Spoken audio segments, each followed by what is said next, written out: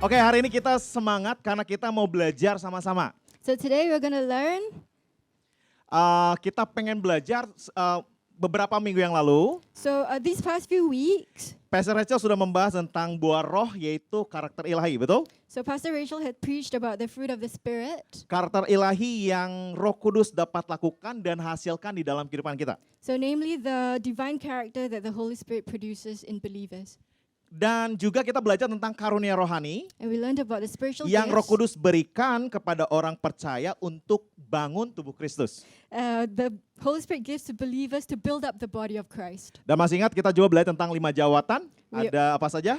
We also learned about the fivefold ministry, remember? Masih ingat? Pengajar, pastor, apostle, evangelist, prophet. Oke, ada 5 ya. Jadi untuk 5 jabatan tersebut di gereja untuk melengkapi tugas pelayanan bagi tubuh Kristus, yaitu gerejanya. So the fivefold ministry is for the service of the church, the apostles, the prophets, the evangelists, the pastors, and the teachers. Nah, hari ini kita akan belajar apa yang harus kita lakukan sebagai tubuh Kristus So today we will learn what we must do as the body of Christ agar buah-buah roh tersebut dapat dihasilkan dalam kehidupan kita. so that the fruit of the Spirit can be produced in our lives. Karena karunia rohani dapat bekerja dengan tertib And the spiritual gifts can work in an orderly manner jikalau if setiap kita sadar tentang satu hal yang sebenarnya dasar. we realize some basic things about Christianity. Oke, siapa yang tahu Kenny G? Who knows Kenny Do you G? guys know Kenny G? All of you know Kenny G? The Yeah. saxophone player? Not saxophone, flute. Flute. Kenny G is flute. Is that correct? He's a musician. Okay, as long as I know, Kenny G is only Saxophone. saxophone. Is that correct? Yeah. Oh, okay, maybe I'm wrong. Okay, sorry. So that's in the ada waktu satu ketika di konser Kenny G. So when in Kenny G's concert, Biasanya kalau musik jazz mereka akan ada jamming, so if they are playing jazz music, there will be something called jamming. ya. Terus dia melakukan sesuatu improvisasi. So he improvised freestyling, yeah. Kemudian di akhir dari improvisasinya So at the end of the improvisation, dia bunyikan tut, and he long note he ya. Jadi plays a long note, sekian 2 sampai hampir 3 menit. maybe for 2 or 3 minutes. He holds that note, Just only one note, hanya satu nada tapi panjang. only one long note, Dan semua penonton, wuh. and all the audience will go woo. Ya, mungkin beberapa Anda yang mungkin nggak begitu paham tentang musik, If any one of you who understands music or do not understand music, mungkin itu bukan sesuatu yang wah. maybe it's not something that's wah to you. Tapi bagi yang ngerti musik, But those who understand music, itu wah. it's wah. for Kenapa? them. Karena Why? untuk menghasilkan long note yang stabil dan panjang setelah improvisasi, To produce that long, stable note, butuh latihan. it needs lots of practice. Tahu apa yang dilakukan Kenny G setiap hari? So what does Kenny G do every day? Just only do one long note. So he does one long note every day. Tut. Kayak something like that ya. Yeah, Seperti kayak gitu. Jadi tujuannya untuk bisa mempertahankan nada yang baik dan juga panjang. So the goal is to maintain that long note as stably as he can. Anda tahu bahwa pemain saxophone tergantung dari nafas, betul? Yeah, somebody who plays the saxophone depends on his lungs, yeah? Ya, jadi dia karena dia udah profesional, dia nggak terus langsung belajar tangan nada yang rumit. So if he's a professional, he doesn't Because learn he's professional. because he's He's not professional. just only doing something like a hard scale, music scale, kind of like that. Or he doesn't only do scales, Ya, tapi dia belajar juga hal yang dasar itu long note. but he does basic long notes. Sehingga akhirnya waktu dia improvisasi sekian menit dan diakhiri dengan sekian menit long note, So after improvisation and after the long note that he lasts for 2 minutes, dia bisa memukau penonton. he can wow the audience. Ya, so terkadang hal yang dasar itu diabaikan. Sometimes we ignore the basic stuff. Betul? Kita abaikan hal yang dasar. Sometimes we don't pay enough attention to the basic stuff. Padahal hal yang dasar adalah fondasi. When the basic stuff is the foundation Oke, hari ini kita akan belajar tentang going deeper, karena going deeper itu bicara tentang kita masuk ke dalam hal yang dasar dan lebih dalam. So today we will learn about going deeper, yeah? Oke, kita akan baca sama-sama di Kisah Para Rasul 17 ayat 1 sampai 15. Acts 17, 1 to 15. Saya persilakan Ibu Hosana bisa bacakan di dalam versi Inggrisnya. Now, verse 1. Now when they had passed through Amphipolis and Apollonia, they came to Thessalonica, where there was a synagogue of the Jews. And Paul went in, as was his custom, and on 3 Sabbath days he reasoned with them from the scriptures, explaining and proving that it was necessary for the Christ to suffer and to rise from the dead, and saying, "This Jesus, whom I proclaim to you, is the Christ." And some of them were persuaded and joined Paul and Silas, as did a great many of the devout Greeks, and not a few of the leading women. But the Jews were jealous, and taking some wicked men of the rebel, they formed a mob, set the city in an uproar, and attacked the house of Jason, seeking to bring them out to the crowd. And when they could not find them, they dragged Satan and some of the brothers before the city authorities, shouting, "These men who have turned the world upside down have come here also. And Jason has received them, and they are all acting against the decrees of Caesar, saying that there is another king, Jesus." And the people and the city authorities were disturbed when they heard these things. And when they had taken money as security from Jason and the rest, they let them go. The brothers immediately sent Paul and Silas away by night to Berea, and when they had arrived, they went into the Jewish synagogue. Oke, saya akan baca selanjutnya di perikop yang berikutnya ayat 10 sampai 15 dalam bahasa Indonesia. Tetapi pada malam itu juga segera saudara-saudara di situ menyuruh Paulus dan Silas berangkat ke Berea. Setibanya di situ, pergilah mereka ke rumah ibadat orang Yahudi. Orang-orang Yahudi di kota itu lebih baik hatinya daripada orang-orang Yahudi di Tesalonika, karena mereka menerima firman itu dengan segala kerelaan hati, dan setiap hari mereka menyelidiki kitab suci untuk mengetahui apakah semuanya itu benar demikian. Banyak di antara mereka yang menjadi percaya, juga tidak sedikit di antara perempuan-perempuan terkemuka dan laki-laki Yunani. Tetapi ketika orang-orang Yahudi dari Tesalonika tahu bahwa juga di Berea telah diberitakan firman Allah oleh Paulus, datang jugalah mereka ke sana menghasut dan menggelisahkan hati orang banyak. Tetapi saudara-saudara menyuruh Paulus segera berangkat menuju ke pantai laut. Tetapi Silas dan Timotius masih tinggal di Berea. Orang-orang yang mengiringi Paulus menemaninya sampai di Athena, lalu kembali dengan pesan kepada Silas dan Timotius supaya mereka selekas mungkin datang kepadanya. Jadi hari ini mari kita telusuri perikop yang baru saja kita baca bersama. So let's explore the passage that we just read together. Ada peristiwa yang terjadi di dalam pelayanan Paulus dan Silas. So there were some things that happened during the ministry of Paul and Silas. Jadi dalam 3 kali berturut-turut hari Sabat, So for 3 consecutive Sabbath days, sekitar 3 mingguan, for 3 weeks, Paulus memberitakan Injil dan berdiskusi dengan orang-orang Yahudi dan non-Yahudi atau Yunani di sinagog atau rumah ibadat orang Yahudi. so Paul was preaching and discussing the gospel with Jews and non-Jews alike at the synagogue. Oke, ayat 4 dikatakan beberapa orang dari mereka menjadi yakin dan menggabungkan diri dengan Paulus dan Silas, dan juga sejumlah orang Yunani takut kepada Allah dan tidak sedikit perempuan-perempuan terkemuka. So in verse 4 it says, some of them became convinced and joined themselves to Paul and Silas, and also a large number of God-fearing Greeks and not a few prominent women. Ya, jadi Paulus memberitakan Injil di Tesalonika dan orang-orang Yahudi dan Yunani menjadi percaya, dan tidak sedikit dikatakan siapa? Perempuan-perempuan terkemuka. So Paul preached the gospel in Thessalonica, and the Jews and Greeks believed, and quite a few were prominent women. Nah, tolong dicatat ini, diingat, perempuan terkemuka ini merupakan istri dari warga Roma yang terpandang, dan di dunia Yunani Romawi pada saat itu wanita tersebut memiliki kebebasan beraktivitas. So these prominent women were referring to the wives of respected Roman citizens, yeah?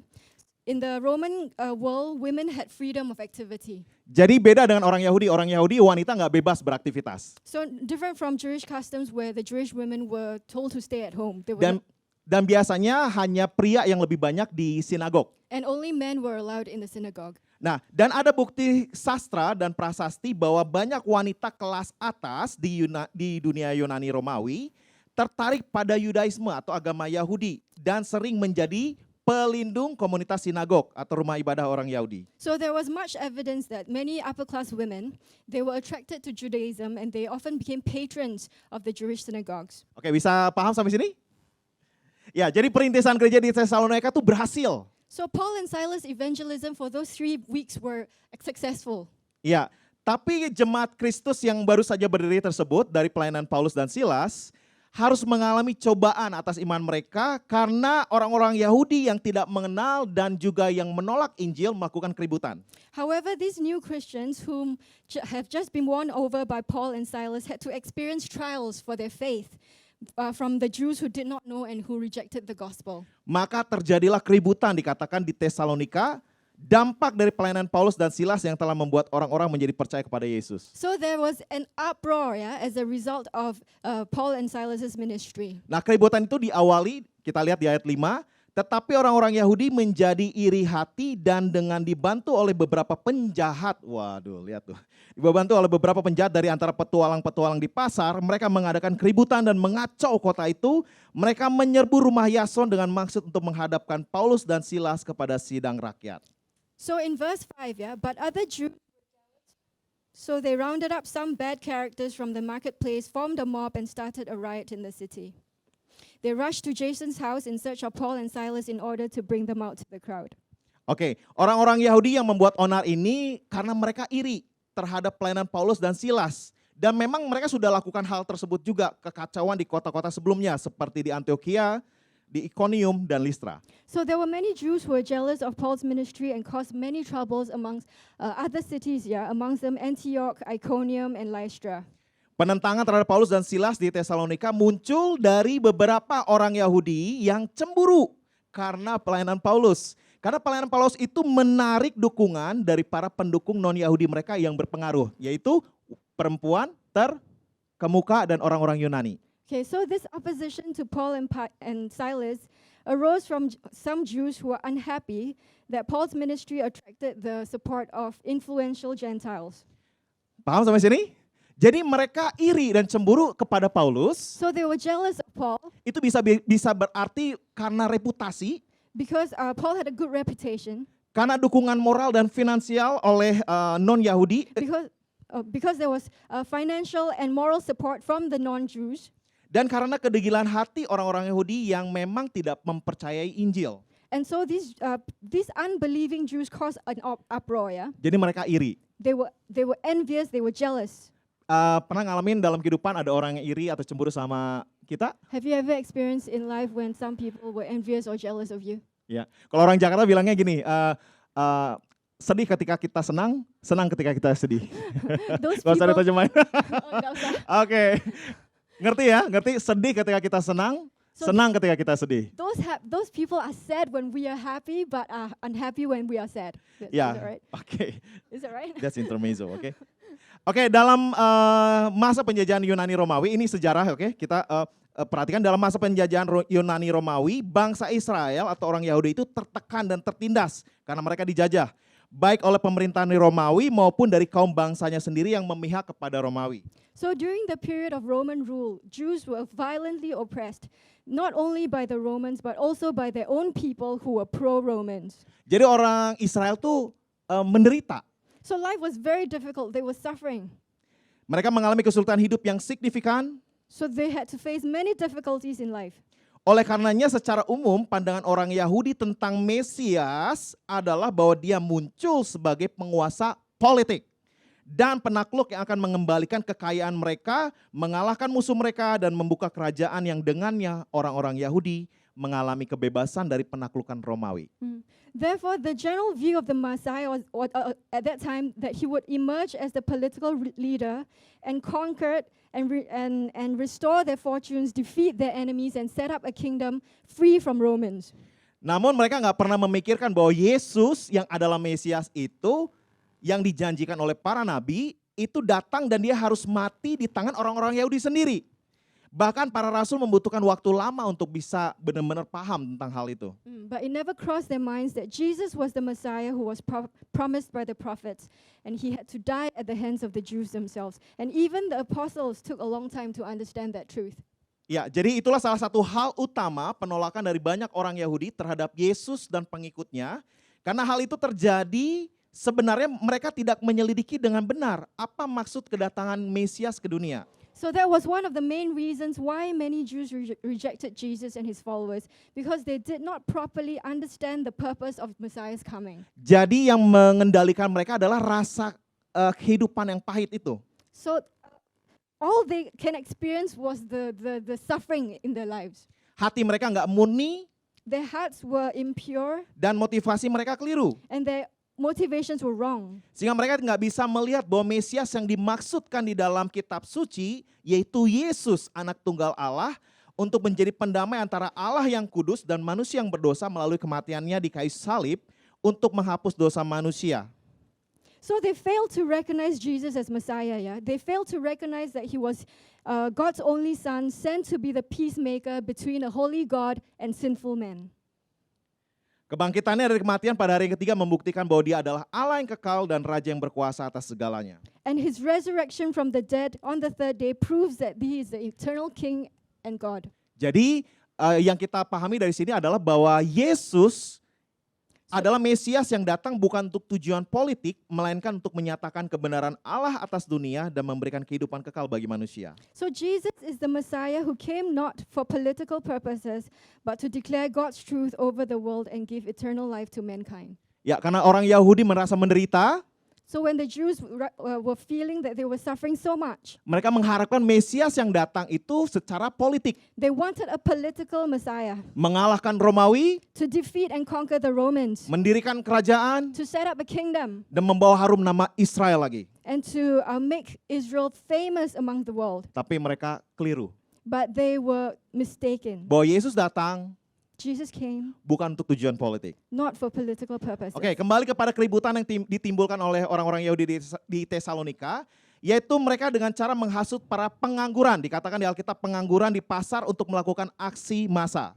So the uproar in Thessalonica was caused by the Jews who incited the unemployed in the marketplace to carry out a riot in the city. Jadi Tesalonika itu kota yang kaya.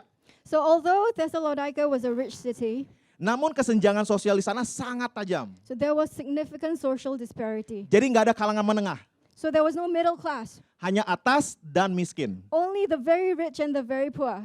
Jadi banyak orang miskin dan pengangguran di mana-mana. So there were many poor and unemployed people. Dan mereka ini sering berkumpul di pasar dan mudah tersulut untuk melakukan keributan. And they were often gathered at the market and they were easily incited to riot. Apa yang terjadi selanjutnya ayat 10? So what happened next in verse 10?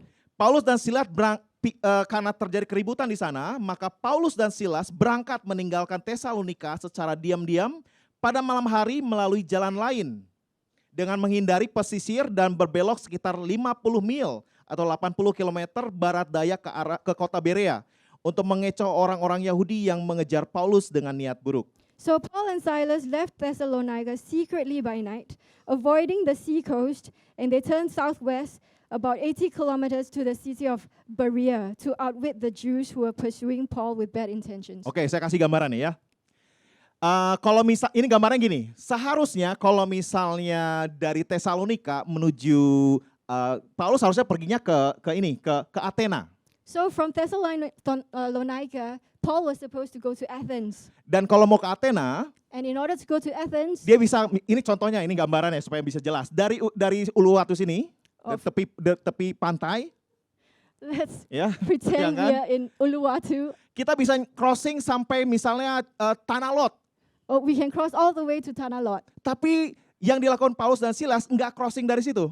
But what Paul and Silas did Dia mutar dulu ke Bedugul. was not to Turun sampai ke Betabanan, lalu ketemu Tanah Lot. take the obvious route, yeah, but they went through Tabanan. Kenapa? Why? Karena orang-orang Yahudi mengejar mau menganiaya dia. Because the Jews were coming after him. Jadi jarak itu 80 km, can you imagine? So 80 kilometers turning. Ya, jadi Berea itu bukan kota yang besar. So Berea was not a big city, yeah. Bahkan di sejarah dikatakan terpencil. It was an isolated city. Ya misalnya Town. apa yang terpencil di sini? Alor, oh jangan alor. Enggak, misalnya di Bali apa? Misalnya kota daerah tertentu lah. Seririt misalnya gitu, jarang banget gitu. Tapi jauh gitu ya. So it was small and isolated, yeah. Nah, jadi setiba di Berea, Paulus dan Silas tuh pergi ke sinagog dan memberitakan Injil kepada orang-orang Yahudi di sana. So Paul and Silas went to Berea. When they arrived, they went to the synagogue. Nah, ayat 11-12 ini adalah kunci daripada apa yang kita akan belajar sama-sama pada hari ini. So verses 11 and 12 are the main theme of today's sermon. Saya akan bacakan dalam bahasa Indonesia, tapi kita punya bahasa Inggrisnya di slide. Orang-orang Yahudi di kota ini lebih baik hatinya daripada orang-orang Yahudi di Tesalonika. Karena mereka menerima firman itu dengan segala kerelaan hati. Dan setiap hari mereka menyelidiki kitab suci untuk mengetahui apakah semuanya itu benar demikian. Banyak di antara mereka yang menjadi percaya, juga tidak sedikit di antara perempuan-perempuan terkemuka dan laki-laki Yunani. Kembali dikatakan perempuan-perempuan terkemuka dan laki-laki Yunani. Jadi dari pemberitaan Injil yang Paulus dan Silas lakukan, itu mendatangkan orang lain yang bukan dari kalangan Yahudi itu percaya. So there were many non-Jews as well who came to believe in Jesus. Nah, ada hal yang spesial dari dari jemaat di Berea So there was something special about the Bereans, yang menyukakan hatinya Paulus dan Silas, and it pleased Paul and Silas. bahwa orang-orang Yahudi di sana itu berbeda. They were different. Dikatakan bahwa orang-orang Yahudi di Berea itu lebih baik hatinya daripada orang-orang Yahudi di Tesalonika. So they were kinder than Thessalonican Jews. Alkitab bahasa Inggris menerjemahkannya dengan bukan kind heart, tapi Noble. noble, mulia, luhur. So they were more noble. Nah, noble ini berdasarkan dari kata Yunani atau eugenes, dapat diterapkan juga pada orang-orang yang menunjukkan perilaku mulia, yaitu berpikiran terbuka, adil, dan bijaksana. Jadi orang-orang Yahudi di Berea itu berpikirannya terbuka, adil, dan bijaksana. So they were described to be of noble behavior, open-minded, just, and wise. Dikatakan mereka menyelidiki kitab suci untuk mengetahui apakah semuanya itu benar, demikian. So they accepted the word of the Lord with readiness in their hearts, and every day they searched the scriptures to see whether what Paul said was true. Ya, dikatakan menyelidiki dalam bahasa Inggrisnya itu examine. So the word investigate means to examine, Itu memiliki pengertian sama dengan istilah hukum, yaitu investigasi. so to investigate, to search. Ada yang pernah punya teman seorang pengacara? Anyone has a lawyer friend? Pernah ngobrol sama mereka? A lawyer friend. Ya. Kalau ngobrol sama mereka, biasanya mereka, kamu dari mana? Terus kamu apa semacam saya punya teman di Jakarta, waktu nanya jadi kayak saya diinterogasi gitu. So when you're talking to your lawyer friends, it feels sometimes that you're being interrogated. Jadi kalau mau sharing tentang pergumulan, So when you're sharing about your problems, pasti kayak kita ngomong sama polisi begitu. maybe we are talking to the police, Kayak kita berbuat salah. like we are in the wrong. But we Oke, did jadi something kata wrong. menyelidiki memiliki pengertian yang sama dengan istilah hukum, yaitu investigasi, yaitu dengan teliti dan cermat atau mengayak. Atau mengayak ya? Mengayak. So they investigated, they studied the scriptures diligently, and they observed whether the gospel presented by Paul was true. Jadi mereka menyelidiki dan mempelajari dengan teliti dan cermat kitab suci dan mengamati apakah Injil yang disampaikan oleh Paulus tentang Yesus Sang Mesias itu benar demikian. Yes, as previously said. Ya, jadi waktu kita dengar firman, nggak terima begitu aja, tapi dibaca Alkitabnya, diteliti lagi, study your Bible. So when they heard the word of God, they not only believed, but they went a step further. They studied, they diligently examined, and they carefully sifted what was right. Jadi orang-orang Berea itu mereka adalah going deeper So they went deeper, with the Word of God, going deeper with the word of God, going deeper with Jesus. going deeper with Jesus. Sehingga waktu mereka percaya akan Yesus, So when they believed in Jesus, bukan karena katanya, it wasn't because of what Paul said, tapi karena mereka selidiki, but because they took the time Mereka and the baca. effort to read for mereka themselves. diskusi, They were discussing, tanya sama Paulus, they were asking Paul, sehingga itu menyimpulkan and they formed a conclusion tentang pengetahuan siapa Yesus itu. about Jesus and who he Dan was, mereka itu percaya. and they believed. Kalau kita tahu bahwa orang-orang Yunani itu lebih, mereka tahu ya istilahnya ada filsafat, Oh, we know that the Greeks are into philosophy, logika. into logic. Jadi mereka ketika menerima sesuatu nggak terima begitu aja. Oh, so when they listen to something, they don't accept it wholly, but they want to explore. Dia They want to, pertanyakan lagi, they want to, tanyakan lagi. they want to ask and they want to investigate. Oke, nah sebagai hasilnya dari apa yang Paulus lakukan, pelayanan waktu di Berea, banyak di antara mereka yang menjadi percaya. So many believed. Ya, nah sekarang kita mau sama-sama apa sih yang dimaksud dengan going deeper atau misal menyelidiki firman Tuhan. So what does it mean to go deeper? Alkitab itu bukanlah buku motivasi. So the Bible is not a motivational book. Kalau misalnya kita lagi di kerjaan nih, pengen ada motivasi nih supaya semangat kerja, biasanya cari quotes, betul? Maybe we want to, where we look for quotes to inspire ourselves. Atau misalnya buka bukunya John Maxwell misalnya. Or maybe we read John Maxwell's books. Kalau Indonesia ada Tung Disem Waringin. Tak tahu. Nggak tahu. Oh, Oke, sorry nggak tahu. Intinya bisa orang mencari motivasi dari banyak buku-buku motivasi. So people look for inspiration through motivational Tapi books. Alkitab bukanlah buku motivasi. But the Word of God is not a motivational book. Dan bukanlah buku yang berisi firman Allah. And it, Namun Alkitab merupakan firman Allah itu sendiri. and it doesn't contain the Word of God, but it is the Word of God. Alkitab katakan bahwa firman Allah berkuasa mengubah kehidupan. The Bible is the Word of God that has the power to change lives, Memperbaiki perilaku. to improve behavior, Dan mendidik di dalam and to kebenaran. educate in truth. Suatu ketika saya pernah pelayanan di penjara So Pak waktu di Bandung. Emmanuel went to prisons in Bandung. Jadi waktu ngobrol sama orang sebelah, waktu pelayanan gitu, So when he was chatting to saya the tanya, person beside kasus him, kamu apa? what's your case? What Membunuh. happened to you? Waduh, oke. Terus dia cerita tentang apa yang dia lakukan. So he was talking to someone who murdered somebody, yeah, and Terus ada salah satu yang kasusnya Munir di situ.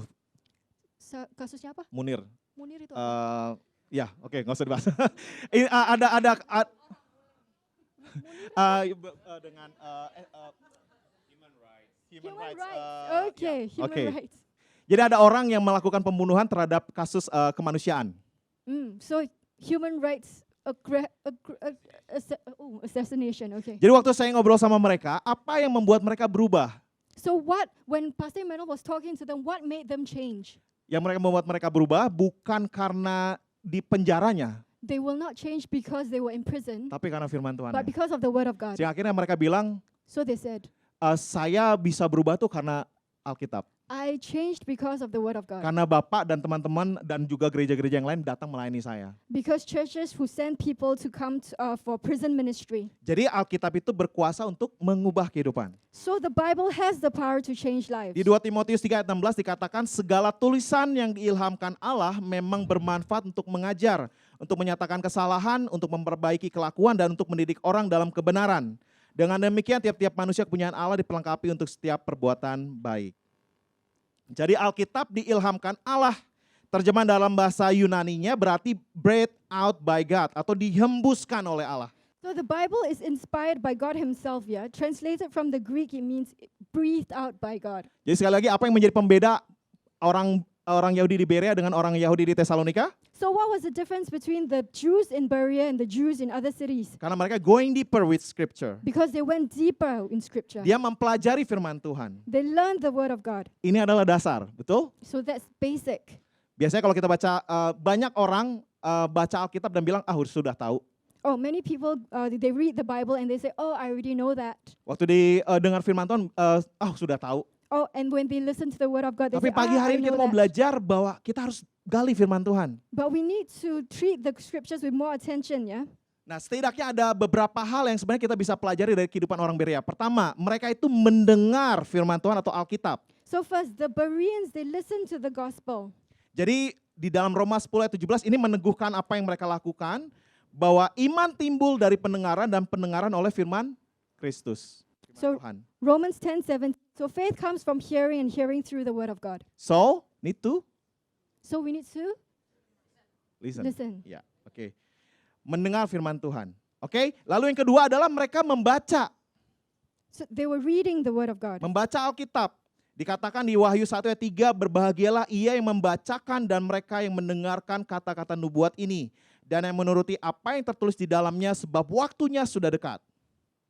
So in Revelations, blessed is a man who reads aloud the words of this prophecy, and blessed are those who hear and who keep what is written in it, for the time is near. Saya senang dengan bahasa Inggrisnya dikatakan read aloud. Reads aloud. Ya, kita cuma terjemah di Indonesia cuma membacakan saja. Oke, so read aloud ya. Membaca Alkitab. Nah, lalu yang selanjutnya mereka study, betul? Mereka menyelidiki, yaitu mempelajari Alkitab. And then they studied the Word of God. Itu ayat yang sudah kita baca bahwa mereka lebih baik hatinya daripada orang-orang Yahudi di Tesalonika karena mereka menerima firman itu dengan kerelaan hati dan setiap hari, enggak terkadang, setiap hari mereka menyelidiki kitab suci untuk mengetahui benar enggak semuanya itu terjadi seperti itu. So they received the word of God with all eagerness, and they examined the scriptures daily to see if these things were so. Dan selama beberapa waktu Paulus dan Silas berada di Berea, So at the time when Paul and Silas were at Berea, itu kesempatan untuk mereka mengingat Alkitab. it was the opportunity to remember the Bible, remember the word of God. Di Mazmur 119 dikatakan bahwa dengan apakah seorang muda mempertahankan kelakuannya bersih dengan menjaganya sesuai dengan firman-Mu. So Psalm 119 verse 9 to 11. How can a young man keep his way pure? By guarding it according to your word. Oke, nah selalu yang selanjutnya adalah di kesempatan ketika Paulus dan Silas melayani di Berea, mereka kesempatan untuk bisa merenungkan firman Tuhan atau Alkitab. They were also meditating on the word. Dan firman di Alkitab dikatakan juga bahwa tetapi orang yang berhasil atau orang yang akan mengalami kebaikan Tuhan dan kemurahan Tuhan, yaitu mereka yang kesukaannya ialah Taurat Tuhan dan yang merenungkan Taurat itu siang dan malam. Ia seperti pohon yang ditanam di tepi aliran air yang menghasilkan buahnya pada musimnya dan yang tidak layu daunnya, apa saja yang diperbuatnya berhasil. Yes. So those who meditate on the word of God will receive good things from God. Oke, jadi apa yang kita tadi coba gali dari orang Berea? Pertama, mendengarkan. Lalu yang kedua, membacanya. Yang ketiga, mempelajarinya, study it. Yang keempat, apa? Memorizing, Mengingatnya, menghafalkan. Lalu yang terakhir, meditating. oke, lebih enaknya pakai bahasa Inggris ya. Oke, hear the Bible, read the Bible, study the Bible, memorize the Bible, lalu meditate on the Bible. Ya. Oke, nah sekarang bagaimana aplikasinya, apa yang kita bisa lakukan dalam kehidupan kita sehari-hari dari apa yang kita pelajari. How do we apply God's word in our lives? Oke, ada specs tool, disebutnya specs tools. Specs tools. Pertama, ketika kita baca Alkitab, When we read the Bible, pertama S, the first letter S, yaitu sin to forsake atau dosa untuk ditinggalkan. it's acronym ya, SPECS. Untuk kita bisa mengalami kehidupan, kita harus tanya sama waktu kita baca Alkitab, tanya apakah ada dosa yang harus kita tinggalkan. So when we're reading the Bible, we need to ask ourselves, is there sin in my life that I have to forsake? Karena Tuhan Yesus datang ke dunia untuk mengampuni dosa manusia. Jesus came to forgive our sins. Dan dia datang untuk kita yang orang berdosa ini bisa mengalami kebaikan dan kemurahan Tuhan. And he came so that we can experience the goodness of God. Dan yang kedua adalah promise to claim, So P, is there a promise to be claimed? yaitu janji untuk diklaim. Is there a promise to be claimed? Dia berjanji bahwa dia akan menyertai kita. He promised to always be with us. Rancangannya damai sejahtera. And his plans towards us Claim. are peace. Claim it. Klaim janjinya Tuhan. Promises of God. Lalu yang berikutnya adalah E, yaitu example to follow. The E stands for example. Teladan untuk diikuti. Is there an example for me to follow? Kita bisa lihat bahwa Yesus Kristus sendiri, para pahlawan iman dan dalam perjanjian lama dan para rasul di perjanjian baru telah memberikan contoh untuk kita teladani. Jesus Christ and the heroes of faith in the Old Testament and the apostles in the New Testament have set examples for us to follow. Jadi yang pertama tadi apa? Sin to forsake. Kita harus tanya apakah ada dosa yang kita harus minta ampun sama Tuhan dan bertobat. Lalu yang kedua adalah apakah ada janji Tuhan yang harus kita claim, promise to claim. Dan yang ketiga adalah example to follow, apakah ada teladan yang kita harus ikuti dari apa yang kita baca di dalam Alkitab. Dan yang selanjutnya adalah command to obey. Is there a command that I must obey? Perintah untuk dipatuhi. Dikatakan bahwa ada upah bagi kesetiaan. So there is a reward for your faithfulness. Ada upah bagi ketaatan. There is a reward for your following God. Masih ingat ketika tentang perumpamaan tentang talenta? Do you remember the story about the talents? Orang yang mendengar apa kata tuannya, Those who listen to what the master says menjalankan, memultiplikasikan apa yang diberikan kepada mereka, and multiplied the talents that they had. mereka taat dengan apa kata tuannya, They were faithful to his dan their ditambahkan servants, lagi sama and tuannya. more was added unto them. So command to obey, Command to obey. perintah untuk dipatuhi. Kemudian yang selanjutnya adalah stumbling block to avoid. So is there a stumbling block that I must avoid? Batu sandungan yang harus dihindari. Yaitu kita nggak lagi menjalani kehidupan yang ganda. So we are not supposed to be living a double life, yeah? Tuhan nggak bisa disandingkan dengan apapun juga. Because God cannot be compared to anything else. Jadi saya mau encourage pada pagi hari ini dari apa yang kita pelajari tentang orang Yahudi yang ada di Berea, So I want to encourage you from what we learned from the Bereans. bahwa mereka itu menyelidiki firman Tuhan. That they learn to explore the Word of God. Mereka mencari tahu apakah benar yang tertulis itu sama dengan apa yang disampaikan oleh Paulus. So they wanted to know that what Paul preached was what the Bible says. Dan apa aplikasi yang kita bisa lakukan dalam kehidupan kita? And what's the application in our lives? Saya mau encourage kita mulai dari hal yang sederhana ini, yaitu Specs Tools. So I want to encourage you to use these specs tools Ya, baca Alkitab, to read the Bible kemudian coba lakukan dengan Specs Tools ini. and to use specs tools Yaitu dosa untuk ditinggalkan, to sin that I to must forsake, to forsake, janji untuk di-claim, promise to claim. teladan untuk diikuti, Is there examples that I must follow? perintah untuk dipatuhi, Is there a command to be obeyed? batu sandungan yang harus Is dihindari. there a stumbling block that I must avoid? Jadi saya mau aja kita semua, let's going deeper. Let's go deeper. Let's going deeper. Let's go deeper. Mari kita lebih dalam lagi dengan Yesus. Let's go deeper in Jesus. Mari kita lebih dalam dengan membaca Alkitab. Let's go deeper in the reading of the Di Word. dalam doa, In the prayer. tanya sama Tuhan. Ask God. Tanya sama orang yang kita tahu bahwa mereka bisa menjawab And ask other people if you have questions tentang keraguan kita, about our doubts, apa yang saat ini kita sedang gumulkan, about our struggles. apa yang Tuhan katakan tentang permasalahan kita. What does God say about our problems? Karena 100% saya percaya bahwa all the answer is in here. Because all the answers are in the Semua Bible. jawabannya ada di dalam Alkitab. All the answers that we need are in Bahkan the banyak Bible. orang-orang yang mengajarkan tentang motivasi, tentang leadership. There are people outside who are motivators, who are teaching about leadership, Sumbernya adalah Alkitab. but the Bible is their source.